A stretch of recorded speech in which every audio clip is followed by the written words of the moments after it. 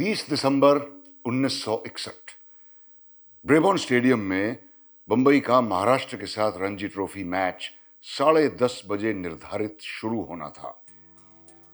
बंबई के ओपनर सुधाकर अधिकारी के लिए यह बड़ी समस्या थी।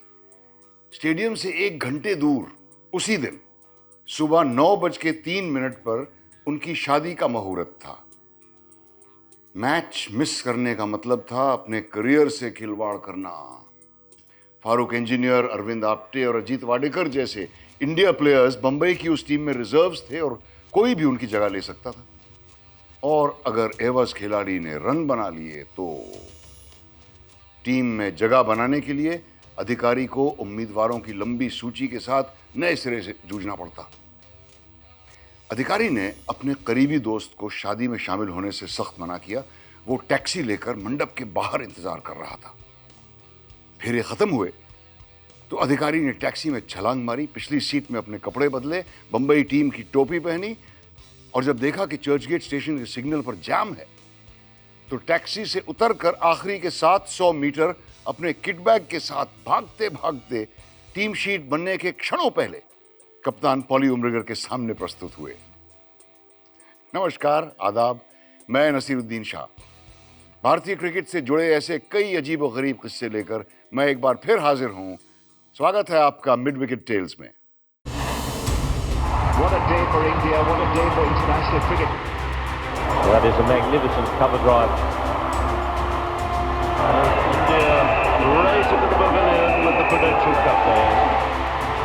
Sachin Tendulkar, first man on the planet to reach 200. Dhoni finishes off in style. India lift the World Cup.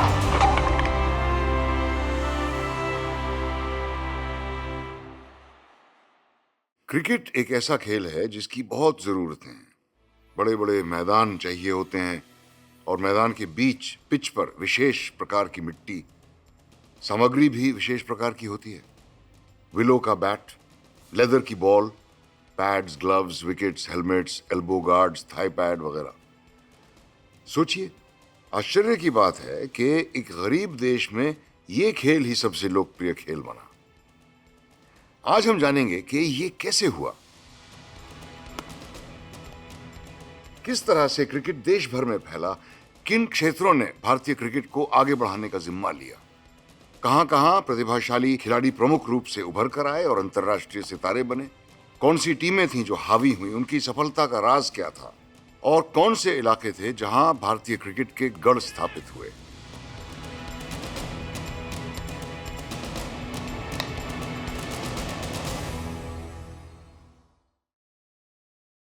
सत्रहवीं शताब्दी में ईस्ट इंडिया कंपनी ने तटीय भारत में कई स्थानों पर ट्रेडिंग पोस्ट्स स्थापित किए थे। धीरे धीरे वो अधिक क्षेत्रों को किसी तरह से प्राप्त करते गए या उन पे कब्जा कर लिया।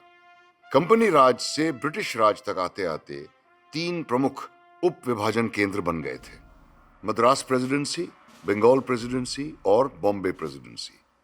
अंग्रेज़ों के ज़माने में हिंदुस्तानी कई तरह के स्पोर्ट्स खेला करते थे। कुछ परंपरागत थे, जैसे कि कुश्ती, जो अंग्रेज़ों के आने से पहले भी हमारे यहाँ ट्रेडिशंस थी। कुछ ऐसी थी जो अंग्रेज़ों ने हमें सिखाई। ये ऐसे स्पोर्ट्स थे जो खासकर अंग्रेज़ी फ़ौजें जो थी हिंदुस्तान में वो खेला करती थी और उन्हें देख देख के हिंदुस्तानियों ने ये स्पोर्ट्स खेलना शुरू किया। Obviously, the big British presidency cities, Bombay, Calcutta, Madras, were the first 3 big places where cricket really began to thrive, where the British encouraged it, but they had enough of a presence, enough of a critical mass for there to be major level cricket. Bharat में पहला first class match हुआ 1864 में कलकत्ता में। Bengal presidency की team ने Madras presidency की team को हराया। लेकिन भारतीय क्रिकेट का सबसे तेज और सबसे ज्यादा विकास हुआ बॉम्बे प्रेसिडेंसी में।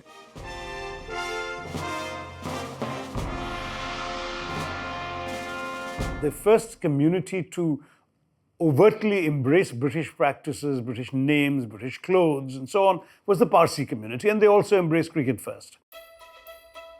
बंबई के पारसी प्रगतिशील थे, दौलतमंद थे और सबसे महत्वपूर्ण बात, अपने अंग्रेज शासकों की तरह बनने के आकांक्षी थे। Parsis played a major role. 1848 से अगर आप देखोगे 1848 to the 1870s, वो जो major period of club formation, the Union Club, the Zoroastrian Club, the Young Parsi Cricket Club, ये सारे clubs formed हुए थे बॉम्बे। अर्ली क्रिकेट में 2 टूर हुआ, एक 1886 में और एक 1888 में, और ये टूर्स में the players themselves contributed and went to England. हालांकि अच्छा नहीं किया, परफॉर्मेंस उतना अच्छा नहीं था in 1886, but in 1888 the performance also improved. They didn't win many matches in England, but their enthusiasm sort of spread to other communities, and that's how Indian cricket grew.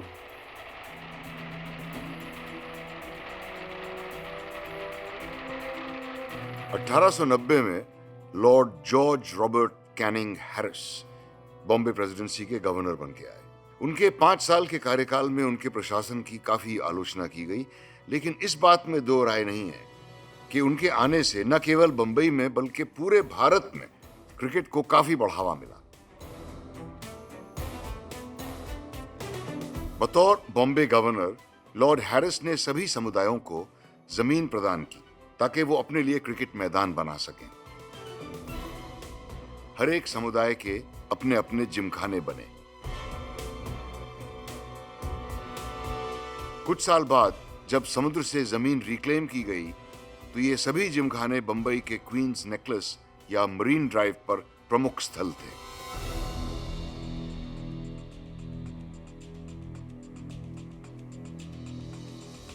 (1892) में पहली बार बॉम्बे में फर्स्ट क्लास क्रिकेट खेला गया। Bombay presidency से चुने गए सबसे उम्दा अंग्रेज खिलाड़ियों का मुकाबला एक संयुक्त पारसी टीम से हुआ और ये बॉम्बे प्रेसिडेंसी मैच एक वार्षिक प्रतियोगिता बन गई। ये जो प्रेसिडेंसी मैच का शुरुआत हुआ फ्रॉम द 1890s, भारतीय क्रिकेट का एक बहुत ही उम्दा टूर्नामेंट था। Even women are present in Bombay at that point in time, जो बहुत इंटरेस्टिंग है क्योंकि 1890s में वुमेन आके क्रिकेट मैच देख रहे हैं। High class women, sophisticated women coming and enjoying sport. ये वर्ल्ड में ज्यादा देशों में नहीं होता था, पारसीज में होता था। 1906 में द हिंदूज की टीम इस प्रतियोगिता से जुड़ गई। 1912 में द मुस्लिम्स ने भी हिस्सा लेना शुरू किया और अब ये प्रतियोगिता बॉम्बे क्वाड्रेंगुलर के नाम से जानी गई। 1947 से पहले हिंदुस्तान में जो फर्स्ट क्लास क्रिकेट खेली जाती थी, ज्योग्राफिकल या रीजनल टीम्स की बुनियाद पे नहीं खेली जाती थी, वो मजहब और नस्ल के आधार पे ऑर्गेनाइज की जाती थी। If you look at the early years of Indian cricket, the Europeans used to win practically everything. But then, as it became the quadrangular, the Europeans were losing a few, and the Hindus and the Mohammedans were winning matches. The Hindus actually became quite a strong side.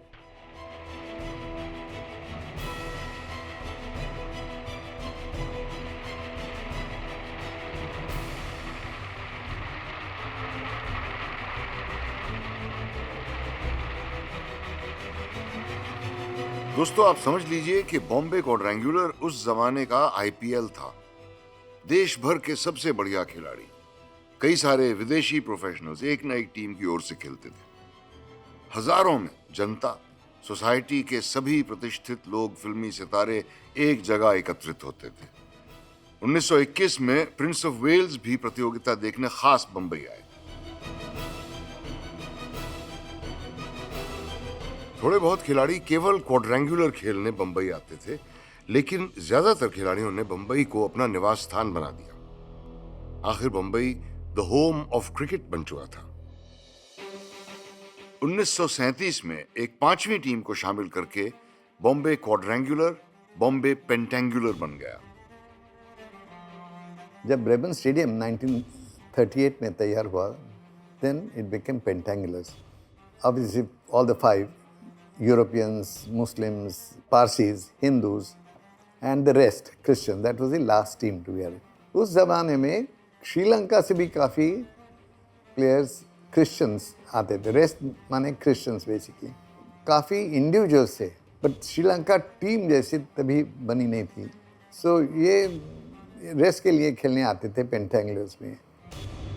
इस दौरान BCCI की स्थापना हो गई और 1934 में उन्होंने Ranji trophy प्रतियोगिता शुरू की और इसे नेशनल चैंपियनशिप का दर्जा दिया।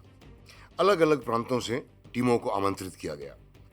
बंबई से भी एक टीम ने भाग लिया और इतने अच्छे खिलाड़ियों के रहते कोई हैरत की बात नहीं थी कि पहला रणजी ट्रॉफी बंबई ने ही जीता। ये टूर्नामेंट लोग देखते थे, इसमें पैसा आता था, लोग टिकट्स खरीद के आके मैच देखते थे। And Hindus, Parsis, Muslims, Christians, rest जो टीम्स थे, these were very popular teams.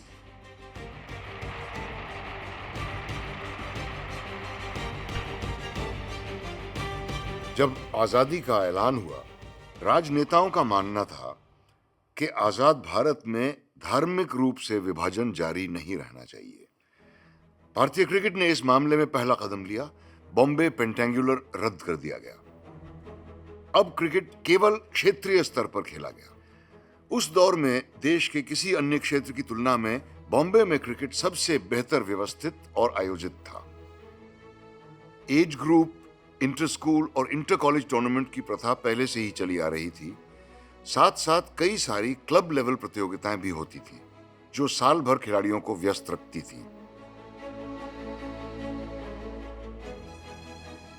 जिस तरह से मैं एक्चुअली प्रोग्रेस हुआ, that is how most cricketers go through that whole building phase as a cricketer. You would play for the school.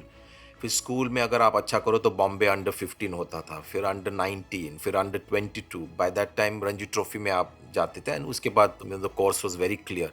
Inter college tournament आपको पता है कि it is a big event in our lives and those matches were so keenly fought. At least 5-6 हज़ार लोग देखने के लिए आते थे इंटर कॉलेज फाइनल। आप अगर इंटर कॉलेजिएट में मुंबई में परफॉर्म करेंगे तो आपको यूनिवर्सिटी के टीम में लेते थे, और यूनिवर्सिटी के टीम में अगर आप परफॉर्म करेंगे तो आप मुंबई के straight in the Bombay team. तो स्टेप बाय स्टेप एक्चुअली इतना अच्छा स्ट्रक्चर है क्रिकेट का मुंबई में दैट आई ऑलवेज बिलीव कि कोई एक्सेप्शनल टैलेंट हो तो Mumbai cricket system will never let that talent go, because it's all वो ऐसे नेट्स होते हैं सब जगह, so that talent would invariably get caught and be groomed. Mumbai में हमेशा ही आबादी ज्यादा और रहने की जगह कम रही है। इसके बावजूद कई मैदान आम जनता के क्रिकेट खेलने के लिए उपलब्ध थे। यहाँ क्रिकेट क्लब स्थापित हुए। मुंबई के सभी दिग्गज खिलाड़ी मौका मिलते ही इन क्लब्स की ओर से लोकल टूर्नामेंट्स में जरूर खेलते थे।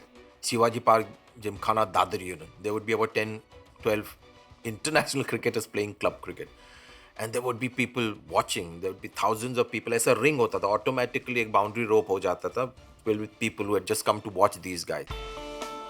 विजय मर्चेंट हमारे महान ओपनर हुआ करते थे। उन्होंने कांगा लीग की स्थापना की। ये टूर्नामेंट बॉम्बे मॉनसून्स के दौरान आज भी खेला जाता है। पॉलियम रिगर, हनुमान सिंह, नारी कॉन्ट्रैक्टर, बापू नाटकर्णी, ये जितने भी इंडिया के लिए खेले सब लोग कांगा लीग खेलते थे। सुनील गावस्कर जी वेस्ट इंडीज से आए और सवेरे आके कांगा लीग खेले। वेंगसरकर कहीं टूर से आए और वो खेल रहे। इनके साथ हमें ड्रेसिंग रूम शेयर करना, उनके थोड़े से उनके जो एक्सपीरियंस है वो हमें शेयर करना, और उनकी जो भी छोटी छोटी चीज़ें हैं वो हम देख के हम सीखते थे। शोल्डर्स रब करते थे विद गावस्कर, विद वेंगसरकर, अजीत वाडेकर। तो एक तो उनको जो है एक सीखने मिलता था, दूसरा एक मेंटली एटीट्यूड उनकी चेंज होती थी। और ऐसा होता था कि जब ये बड़े प्लेयर्स नहीं हैं, कई बार 7-8 खिलाड़ी जो बॉम्बे के मेन प्लेयर्स थे वो इंडिया के लिए खेल रहे हैं, उसके बावजूद मुंबई की टीम जो है रणजी ट्रॉफी जीत रही। रणजी ट्रॉफी प्रतियोगिता में बंबई और आगे मुंबई की टीम का हमेशा बोलबाला रहा है। 1934 से अब तक 40 बार ये टीम रणजी ट्रॉफी जीती है। मुंबई के मुकाबले कई और जगह पैसे ज्यादा थे और शारीरिक रूप से खिलाड़ी भी ज्यादा फिट, लेकिन बॉम्बे की पकड़ 1950, 60, 70 के दौरान और भी मजबूत हो गई। ये क्यों? इसका जवाब केवल एक शब्द में बयान किया जा सकता है, खड़ूस। खड़ूस, खड़ूस, खड़ूस, खड़ूस, खड़ूस, stubborn, fire in the belly.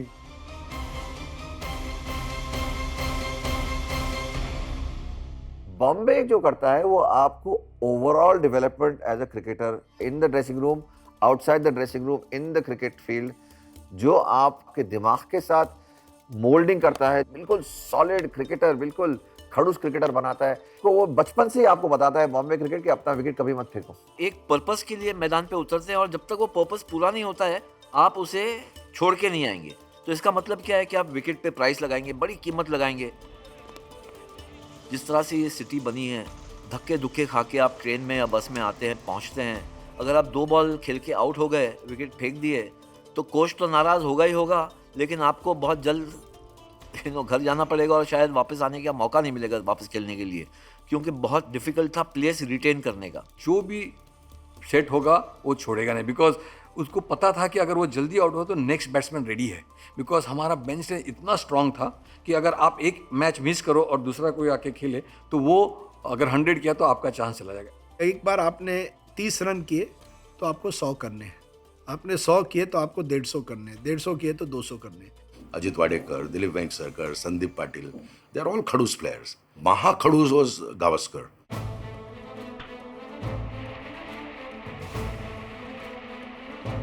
अगर उसके मन में ठान लिया या सोच लिया कि मैं आज पूरा दिन एक भी शॉट नहीं खेलूंगा, he can do it. Roberts to Gavaskar.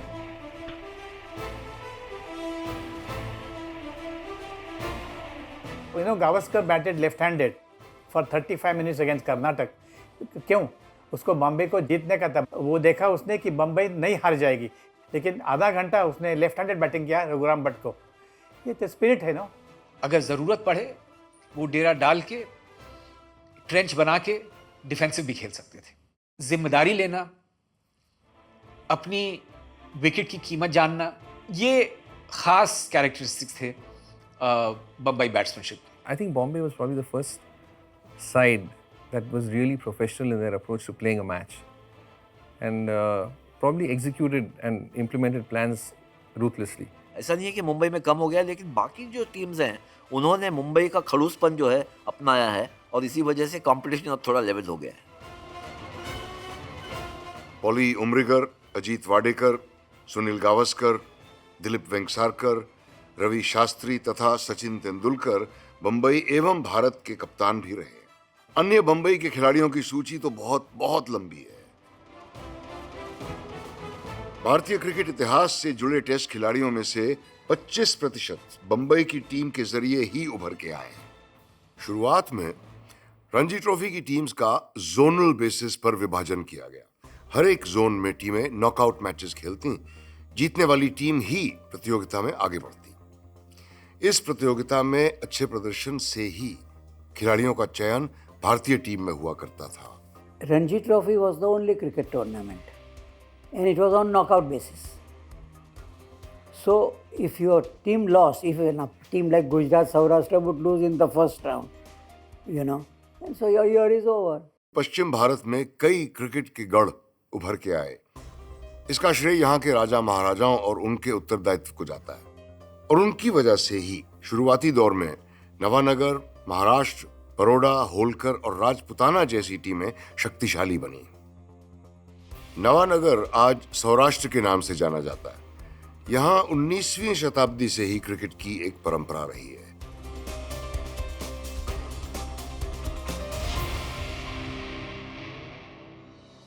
Saurashtra was at one time the actual hub of cricket, because you had Ranji, you had Dulip Singh. India's first captain was Porbandar. Porbandar was from Saurashtra.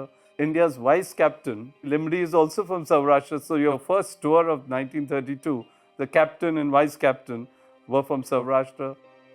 बहुत बड़े बड़े खिलाड़ी थे। आपने अमर सिंह का नाम सुना होगा, रामजी उनके भाई थे, और विनू मांकड़ तो बहुत यंग थे, और वो टीम 37 में रणजी ट्रॉफी जीत चैंपियन हो गई, जिसमें मेरे पापा भी थे विकेट कीपर बैट्समैन। अंग्रेज़ों का ज़माना था, राजे महाराजे थे, वो प्रोमोटर थे खेल के, तो जामनगर का बड़ा नाम था। और जब तक आज़ादी हुई 1947 के बाद, तब तक खेलते थे, लेकिन बाद में पेट्रोनेज कम हो गया। Cricket was a way of life here, out there, and everyone just dreamt of being a cricketer.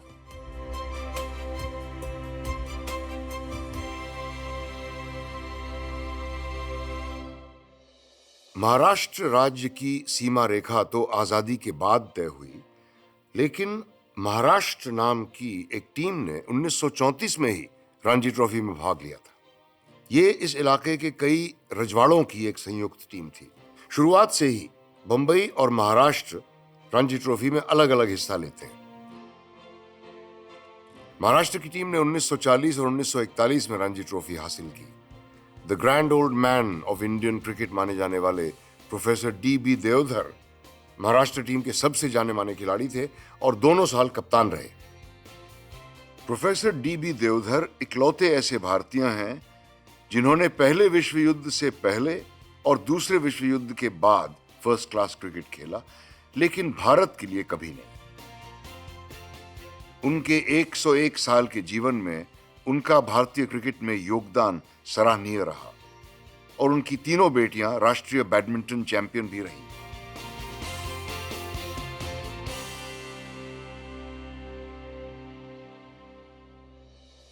Baroda की टीम 1937 से रणजी ट्रॉफी खेल रही है।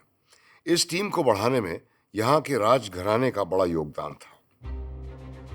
आजादी के बाद बड़ौदा गुजरात राज्य में शामिल हो गया, लेकिन आज की तारीख में भी बड़ौदा की अपनी टीम है। 1942-43 में बड़ौदा ने पहली बार रणजी ट्रॉफी जीता और फिर इस दशक में 2 बार और। इस दौरान युवराज फतेह सिंह राव गायकवाड़ टीम की ओर से कई साल खेले भी। बड़ौदा में क्रिकेट का स्तर और सुविधाएं बढ़ाने में उनका काफी योगदान रहा है। महाराजा बड़ौदा ने जो फैसिलिटीज क्रिएट की थी, जो क्रिकेट का एनवायरनमेंट लाए थे, वो काफ़ी प्रोफेशनल उस जमाने में लाए थे। तो आई थिंक एक सेटअप से एक माहौल बनता है, तो माहौल से आई थिंक एक क्रिकेट भी आगे बढ़ता है। वहाँ पे 3-4 ग्राउंड थे, 3-4 ग्राउंड पे टॉप क्रिकेट होने का बड़ौदा का, all the top cricketers to play. कोई भी जो टेस्ट क्रिकेटर वहाँ पे मैचेस खेलते थे। मैचेस थे, जरूर थे, टूर्नामेंट्स थे, मगर हम लोग शायद साल में 15-20 मैचेस खेलते थे। लोकल मैचेस, टूर्नामेंट्स है, जो कुछ है। जो बम्बई में शायद 80 मैचेस खेलते होंगे, 100 मैचेस खेलते होंगे, तो एक उनको एडवांटेज था और एक्सपोजर भी काफ़ी था। अब बड़ौदा में आप देखो तो टर्फ विकेट भी बहुत कम थे वो टाइम। छोटी सी जगह है, ज़्यादा कुछ क्रिकेट नहीं, ज़्यादा कुछ एक्सपोजर नहीं, मगर फिर भी आप देखो तो कोई ना कोई 5 साल 10 साल में एक क्रिकेटर तो इंडिया के लिए खेला ही। होलकर भी पश्चिम भारत में स्थित शक्तिशाली टीम थी। हालांकि रणजी ट्रॉफी के विभाजन में ये पहले ईस्ट जोन में शामिल हुई और बाद में जाके सेंट्रल जोन में। यहाँ के महाराजा क्रिकेट के इतने शौकीन थे कि उन्होंने हर जगह से बेहतरीन खिलाड़ियों को अपनी फौज में नौकरी दी और पूरे समय क्रिकेट खेलने की आजादी। यशवंतराव जी हमेशा सुबह से आते थे, शाम तक वहीं रहते थे। वो खाना पीना सब वो वहीं बेरर ला के चलता था उनका। इधर टेंट्स रहते थे, एक लेडीज़ का टेंट अलग हुआ करता था, देन होलकर का टेंट हुआ करता था, देन महाराज जी का टेंट, और उसके बाजू में विजिटिंग टीम का टेंट। क्रिकेट से काफ़ी लगाव था, काफ़ी इन्वॉल्व रहते थे। यशवंतराव होलकर कभी खेले नहीं होलकर टीम में, पर उन्होंने टीम बनाई और सी.के. नायडू को उन्होंने कैप्टन बनाया और 41 में पहली बार वो रणजी ट्रॉफी में आए। बड़ी अटैकिंग बैटिंग साइड मानी जाती थी, बड़ा एंटरटेनिंग क्रिकेट खेलते थे। जो आजकल हम वनडे में देख रहे हैं वैसा क्रिकेट वो 3 दिनों में खेलते थे। बहुत ही तगड़ी टीम थी और उसमें सी.के. नायडू के अलावा मुश्ताक अली साहब, C.S. नायडू, चंदू सरवटे खेले उसमें, खंडू रांगनेकर, ये सब इंडिया के लिए खेले। राजपुताना की टीम 1935 से ही रणजी ट्रॉफी में शामिल थी। इस टीम से कई राजा जुड़े हुए थे। 1956 में राजस्थान प्रदेश की सीमा रेखा तय की गई और इसी साल से राजस्थान के नाम से इस टीम ने रणजी ट्रॉफी में हिस्सा लिया। होलकर की टीम अब नहीं रही थी, लेकिन उनका नुस्खा अपनाकर राजस्थान ने दिग्गज खिलाड़ियों को आमंत्रित किया और एक मजबूत टीम बना डाली। Raj Singh Dungarpur was the captain of Rajasthan. You couldn't meet a nicer person. Rajbhai was absolutely great. Rajasthan formed such a big team. Raja Maharaj, they hired people like Vinu Mankad, Vijay Manjrekar, Salim Durrani. That was like a formed team. They were not necessarily all from Rajasthan, but they were invited to play cricket for Rajasthan. Perhaps they got a little money also doing that. But final में वो आते थे और हमारे साथ हार जाते थे। रणजी ट्रॉफी में 6 या 7 बार फाइनल्स में पहुंचे, उसमें 2 बार तो करीब करीब जीतने वाले थे, लेकिन हम लोग को मार पड़ती थी, हम पिट जाते थे हमारी फील्डिंग के वजह से। 45 साल के भी महान क्रिकेटर खेलते थे, 40 साल के महान भी almost they were over the हिल। हम तो बहुत खुश होते थे कि चलो भाई फाइनल्स तक पहुँचे, अभी आपकी बार जीत लेंगे, ज़िंदगी रही तो और खेलते रहेंगे, 50 बार हारेंगे इनके सामने लेकिन एक बार तो जीतेंगे। ये उम्मीद पे दुनिया कायम होती, जो उम्मीद हमारी कभी पूरी नहीं हुई।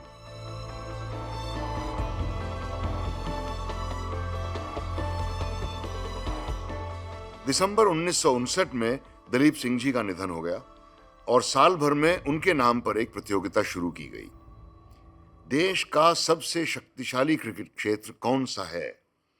इस सवाल का जवाब दलीप ट्रॉफी ने तय करना शुरू किया। रणजी ट्रॉफी का विभाजन 5 जोन्स में हुआ था और हर एक जोन में कई टीमें थीं। 1961 से एक इंटर जोन प्रतियोगिता शुरू हुई, दलीप ट्रॉफी।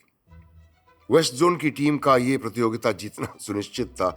6-8 खिलाड़ी बंबई से ही आते थे, बाकी थे बड़ौदा, गुजरात, सौराष्ट्र और महाराष्ट्र के सबसे बेहतरीन खिलाड़ी। ये टीम लगभग भारतीय टीम जितनी मजबूत थी और 4 साल वेस्ट जोन इस प्रतियोगिता में नाबाद रही। 1965 में कुछ अजीब हुआ। साउथ जोन की टीम दलीप ट्रॉफी विजेता बनी और एकदम से भारतीय क्रिकेट की नजरें दक्षिण की ओर पड़ी। साउथ जोन की टीम में प्रमुख रूप से खिलाड़ी 3 जगह से आते थे, मद्रास, हैदराबाद और मैसूर। दक्षिण भारत में खासतौर से मद्रास प्रेसिडेंसी में क्रिकेट 19वीं शताब्दी से ही खेला जा रहा था। 1915 से यूरोपियंस वर्सेस इंडियंस का सालाना फर्स्ट क्लास मैच मद्रास शहर में खेला जाता था। 1930 से हैदराबाद में मोइनुद्दौला कप का आयोजन भी हुआ, लेकिन इनमें भाग लेने ज्यादातर खिलाड़ी बाहर से ही आते थे। स्थानीय क्रिकेट का स्तर बढ़ने में और यहां के खिलाड़ियों को अपनी पहचान बनाने में कुछ वक्त लगा।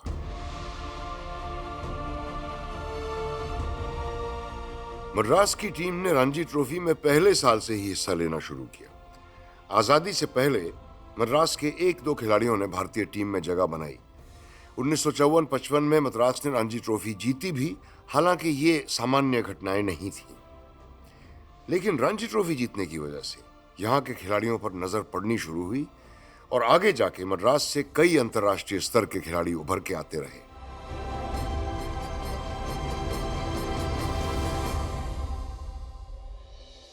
हैदराबाद के नवाबों को क्रिकेट का ही नहीं बल्कि सभी खेलों का काफी शौक था। यहाँ की टीम भी शुरुआत से ही रणजी ट्रॉफी में हिस्सा लेती आई।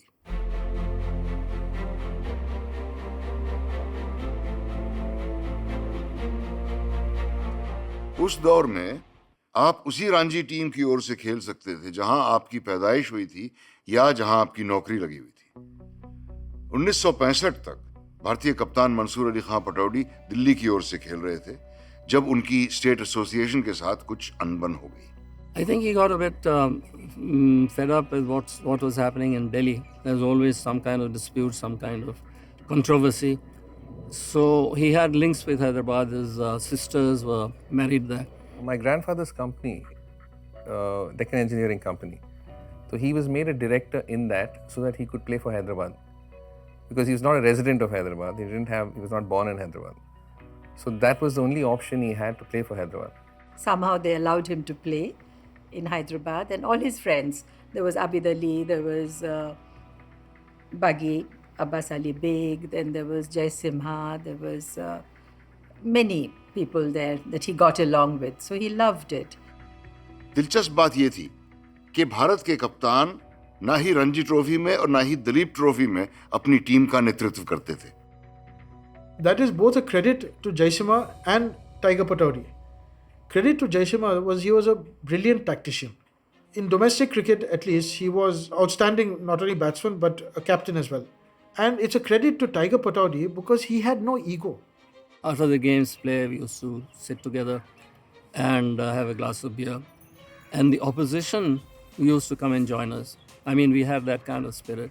Then when we were playing in Hyderabad, we'd go to Jaisimha's house and continue the evening. So there's a lot of camaraderie, बड़ा खुशहाल माहौल था। हैदराबाद टीम की बड़ी एक अजीब हिस्ट्री है। एक टाइम में 5 या 7 इंडिया प्लेयर्स थे, लेकिन कभी भी उस दौरान में रणजी ट्रॉफी नहीं जीती। पता नहीं, या तो टेम्परामेंट था या बैड लक था कि राइट टाइम में they never clicked. I think एक वक्त हम फाइनल में आए बाकी टाइम जो है ना सेमीफाइनल में ज़रूर आते थे, लास्ट 4 में ज़रूर आते थे, बट कभी रणजी ट्रॉफी नहीं जीता। जैसा उनका खाना है और जैसे उनकी तरबियत है वैसे उनका परफॉर्मेंस मैदान पे भी होता था। थोड़े टेम्परामेंटल थे, इतने टफ नहीं थे, बड़े ही स्टाइलिश, बड़े ही देखने में खूबसूरत, लेकिन जीतने की ख्वाहिश या जो इंटेंसिटी चाहिए कुछ उसमें कमी या मालूम होती थी। जितना टैलेंट हैदराबाद ने फेंका है, जितना प्रोड्यूस किया है, वो बॉम्बे ने भी नहीं किया होगा। मैं कह रहा हूँ टैलेंट, सीधा टैलेंट। हैदराबाद के साथ यही हुआ है कि Hyderabad has not been able to evolve. Hyderabad बदल नहीं पाया है वक्त के साथ और हैदराबाद पीछे छूट गया है। दक्षिण भारत में तीसरी जानी मानी टीम थी मैसूर। 1960 के दशक तक ये टीम हैदराबाद और मद्रास जितनी मजबूत नहीं थी, पर धीरे धीरे इस टीम ने अपना स्तर बढ़ाया और रणजी ट्रॉफी इतिहास में बॉम्बे के बाद ये सबसे सफल टीम बनी।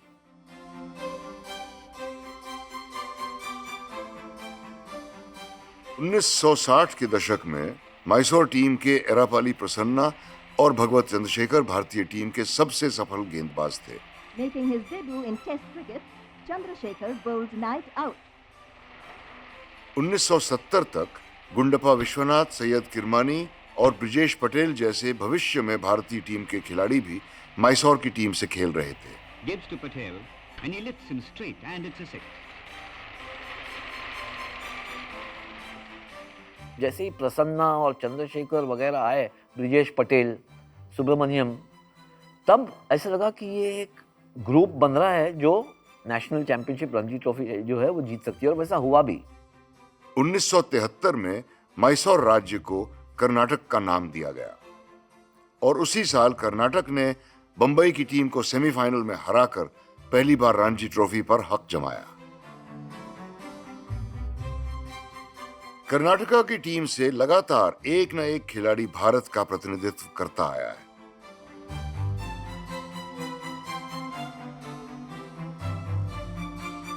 उन्नीस 1990 के दशक में इस टीम का सुनहरा दौर आया, जब अनिल कुंबले, जवागल श्रीनाथ, राहुल द्रविड़, वेंकटेश प्रसाद और सुनील जोशी कई बार भारत की टीम में एक साथ मौजूद थे।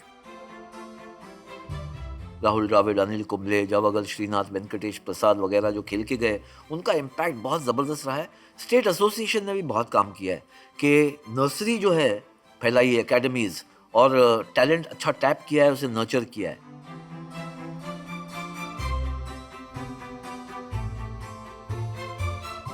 उन्नीस 1975 में बिशन सिंह बेदी भारतीय टीम के कप्तान बन गए थे, मगर उनकी सबसे बड़ी अभिलाषा थी रणजी ट्रॉफी जीतने की। 1966 में पंजाब का विभाजन हुआ और 3 प्रदेश, पंजाब, हरियाणा और हिमाचल प्रदेश स्थापित हुए। इस समय तक रणजी ट्रॉफी में उत्तर पंजाब और दक्षिण पंजाब की टीमें हिस्सा लेती आई थी। बिशन सिंह बेदी अमृतसर के निवासी थे, उत्तर पंजाब से खेलते थे और विभाजन के बाद उन्होंने दिल्ली की टीम से खेलना शुरू किया। उनका मकसद था रणजी ट्रॉफी पर एक बार हक जमाना और उनके प्रयासों की बदौलत 70 के दशक में दिल्ली एक शक्तिशाली क्रिकेट गढ़ बन गया। दिल्ली की कहानी यह है कि बिशन ने बनाई है। इससे पहले कोई दिल्ली नक्शे पे नहीं थी क्रिकेट के। Bishan was a very sincere cricketer, you know. He wanted to win. He wanted to beat Bombay. So he said, "Ki, okay, right. If you can beat Bombay, you will be recognized." And that time, the Bombay was still the best, but you know they had the impact on Indian cricket. Bombay को हराना ही मकसद था। उस time हम इतना India के लिए सोच नहीं रहे थे। तो आपको आगे जाना है तो फिर बॉम्बे को हराना ही पड़ेगा। हम तो यही देखते थे कि भाई हमारा ड्रॉ कैसा है, बॉम्बे कहाँ है, बॉम्बे के साथ कब मुकाबला होगा, क्योंकि अब दिल्ली के लिए खेल रहे हैं तो किसी तरह अगर बॉम्बे के सामने मुकाबला हुआ तो फिर उनको हराना बहुत ज़रूरी था। और ये मतलब एक चाह बन गई थी दिल्ली के खिलाड़ियों में। बॉम्बे और साउथ के भी, अगर कर्नाटका आ गई तो कर्नाटका को हराना है, क्योंकि ये बड़ी टीमें थी। नॉर्थ जोन क्रिकेट में टैलेंट ना बटा हुआ था, यानी 2 अच्छे क्रिकेटर्स एक टीम से खेलते हैं, एक दूसरी टीम से खेलता है। इस वजह से नॉर्थ जोन में हम लोग आपस में खेल के रह जाते थे, लेकिन बाहर जाके हम नहीं जीतते थे। तो बिशन ने क्या किया कि सबको इकट्ठा कर लिया। बिशन सिंह बेदी आए पंजाब से दिल्ली, उनके साथ मदन लाल आए, उसी वक्त मोहिंदर सुरेंद्र आए। चेतन चौहान महाराष्ट्र से खेलते थे, वो दिल्ली शिफ्ट हुए थे क्योंकि उनके नौकरी के कारण वो आए थे। तो अकस्मात हमारी टीम एक हैवीवेट लगनी शुरू हो गई और जो युवा खिलाड़ी थे, हम 5-6 जो बीच में थे, उनको बहुत साहस मिला कि अब ये है तो हम नहीं हार सकते। पूरी टीम बनने के बाद फिर वो टीम हारी नहीं तो रणजी ट्रॉफी तो कभी कोई टीम बॉम्बे के अलावा जीती नहीं थी। 1978-79 के रणजी ट्रॉफी में पहली बार उत्तर भारत की कोई टीम चैंपियन बनी। दिल्ली ने सेमीफाइनल में बंबई को बंबई में और फाइनल में कर्नाटका को बेंगलोर में एक तरफा मात देकर प्रतियोगिता जीती।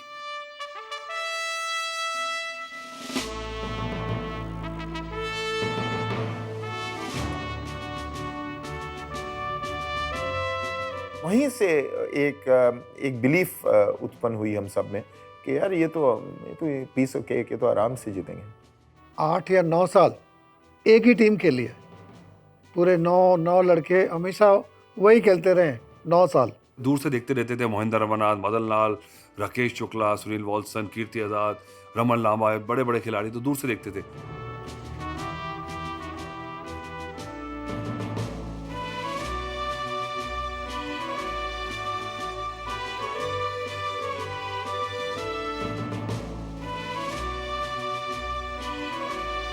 दिल्ली की टीम में एक ड्रेसिंग रूम और ऐसे रहता था, दरवाजे से आप जब घुसते थे टीम में तो आपको पहली जगह यहाँ मिलती थी और सीनियर खिलाड़ी बिल्कुल उस कोने में होते थे, मदन लाल, कीर्ति आजाद, सब वहाँ पे। तो धीरे धीरे आप सीनियर होते जाते थे तो अब ऐसे ऐसे और वहाँ से टीम में बाहर जाने का जरिया बनता। तो जो वहाँ तक पहुँच जाता था मतलब आपका टाइम आ चला है कि आप अब जाएंगे। पर कंपटीशन अच्छा था। मुझे लगता है कि उस समय दिल्ली क्रिकेट का स्ट्रक्चर कहीं बेहतर था आज से।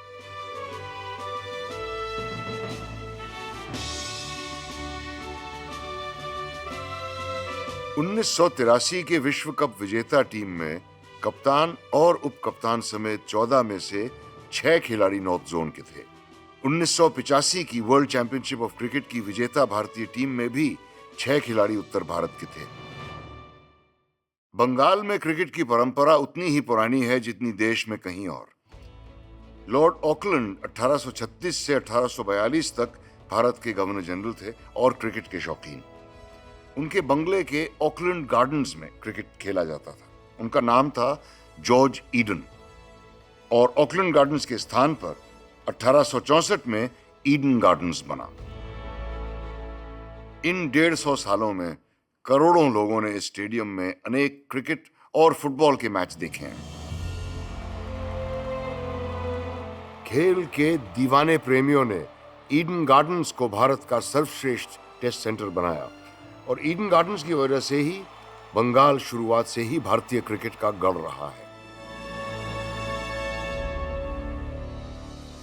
उस टाइम में ईडन गार्डन 1 लाख आदमी होता था। अभी थोड़ा छोटा हो गया बकेट सीट्स होने के बाद और खचाखच भरा रहता था। And he's out. What a sensational start. That was massively overwhelming कि इतने लोग, इतना शोर। फिर जब पहली बार खेलने का मौका मिला तब तो was a different feeling। मतलब that was an achievement in itself कि भैया ईडन गार्डन्स में खेल रहा हूँ मैं। कैलकाटा एंड स्पोर्ट्स और बंगाल एंड स्पोर्ट्स बहुत पैशनेट रिलेशनशिप है। हमें लगता था कि बंगाल में जो इंडिया के लिए खेल रहे वही हमारे स्टार्स है। बंगाल के कोई प्लेयर खेल रहे नहीं खेल उससे कोई फर्क नहीं पड़ता था बंगाल के क्राउड को। अजहरुद्दीन जो है कलकत्ता में उनका बल्ला ऐसे चल रहा था जैसे कोई तलवार हो। बड़े हीरो थे कलकत्ता में क्योंकि 1-2 पारियां ऐसी खेली जो कभी ना भूलने वाली थी। फादर को जितना बंगाली लाइक करते थे, मेरे ख्याल से बंगाली तो ये समझते थे कि कैप्टन मुश्ताक अली एक देवता हैं।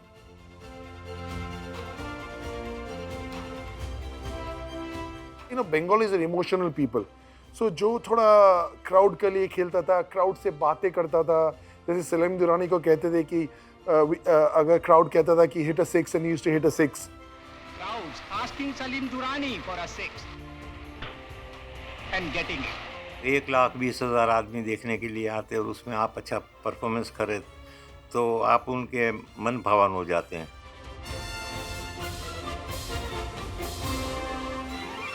भारतीय क्रिकेट इतिहास में पूर्वी भारत क्षेत्र से सबसे कम टीमें राष्ट्रीय चैंपियन बनी हैं और सबसे कम खिलाड़ियों ने भारत का प्रतिनिधित्व किया है। We never could reach the top level of Ranji Trophy. We used to qualify from our group. उसके बाद जाके हम लोग क्वार्टर फाइनल स्टेज या प्री क्वार्टर स्टेज में हार जाता था. We were not consistent. Bengal के क्रिकेट आइडल्स थे. पंकज रॉय था जो 40 टेस्ट मैच खेला हुआ था, कप्तान हुआ था, और भी एक दो थे जो एक आधा टेस्ट मैच खेले हुए हैं. लेकिन हमारा पास पंकज रॉय के बाद उतना बड़ा स्टार कोई था नहीं जो 50-60 टेस्ट मैच खेले या भारत का कप्तान हो. बंगाल उस टाइम में was basically a football oriented state. यहाँ पे football was the passion and cricket was basically आपका विंटर ओरिएंटेड. सौरव गंगुली बचपन में फुटबॉल पसंद करते थे, लेकिन वो क्रिकेट के सुपरस्टार बन गए और बंगाल क्रिकेट को एक ऐसा रोल मॉडल मिला जिसकी उसे कई बरसों से तलाश थी. सौरव गांगुली जब आया, कलकत्ता शांत हो गया और 96 के बाद जितना बच्चा जन्म लिया 70% का नाम सौरव बन गया. So that is how much he impacted, because we see this now. जब हम क्रिकेट कैंप में जाते हैं, so anybody 96, 97, 98 born जो क्रिकेट में आते हैं, 50 सौरव आता है out of 100 kids that have come. हमारे इतिहास में एक समय ऐसा जरूर था जब हमारी धार्मिक और क्षेत्रीय पहचान जरूरी थी, लेकिन अब वो वक्त गुजर चुका है. अब हम पहले हिंदुस्तानी हैं, भारतीय हैं. हमारी राष्ट्रीय पहचान मजबूत करने के लिए क्षेत्रीय विभाजन से छुटकारा पाना ही पड़ेगा. और हमेशा की तरह भारतीय क्रिकेट ने इस मामले में पहला कदम उठाया है. सन 2000 में नेशनल क्रिकेट एकेडमी की स्थापना हुई. कहीं से भी कोई होनहार खिलाड़ी हो और इंडिया क्रिकेटर बनने की क्षमता रखता हो, उसका प्रशिक्षण अब केवल स्थानीय अधिकारियों की जिम्मेदारी नहीं.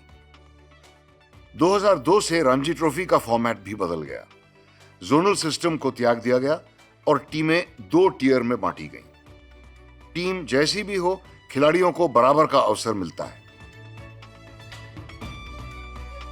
2008 में आईपीएल शुरू हुआ और पहले ही साल में हमने देखा कि झारखंड से आए चेन्नई टीम के कप्तान को हराया राजस्थान टीम के कप्तान मेलबर्न, ऑस्ट्रेलिया के निवासी ने.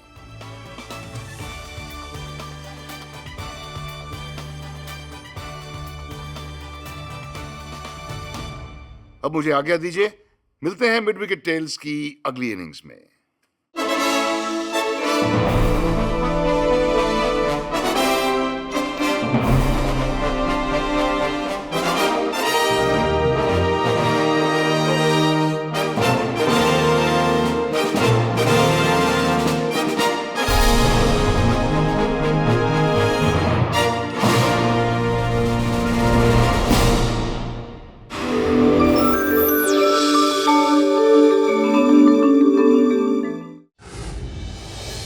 Like, share, subscribe and click on the bell icon to never miss an update from Epic.